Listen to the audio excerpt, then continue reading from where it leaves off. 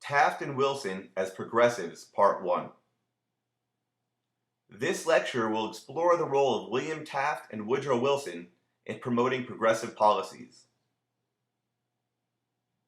President Roosevelt made him the Secretary of War, and by 1907 had decided that William Taft should be his successor. The Republican convention nominated him the next year, and he won the election, and William Taft became the 27th President of the United States. Progressives were pleased with Taft's election, and he continued pursuing many of the same progressive policies Roosevelt had started. Many people, though, became unhappy with Taft.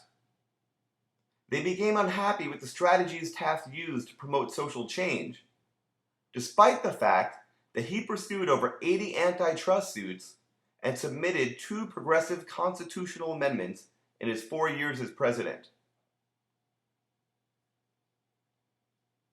Taft effectively continued Roosevelt's progressive policies and pursued twice as many antitrust suits as Roosevelt did in half the time.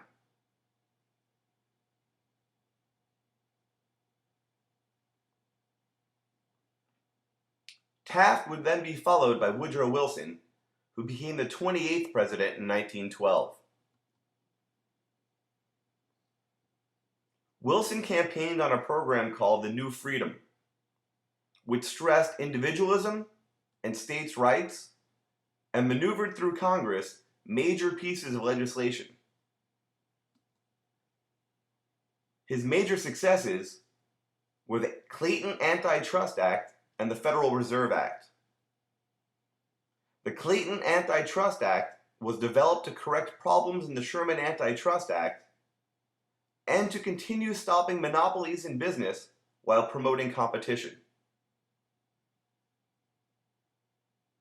The Federal Reserve Act created and set up the Federal Reserve System, which is the central banking system of the United States. The act also gave the Federal Reserve System the right to create and distribute the US dollar as the official US currency. Though Wilson didn't enact much economic change, he did little in terms of social change.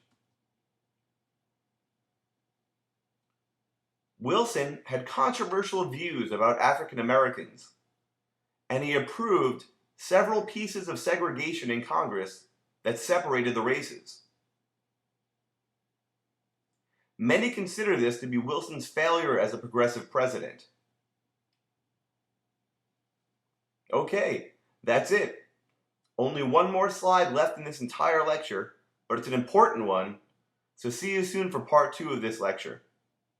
And remember, rock on!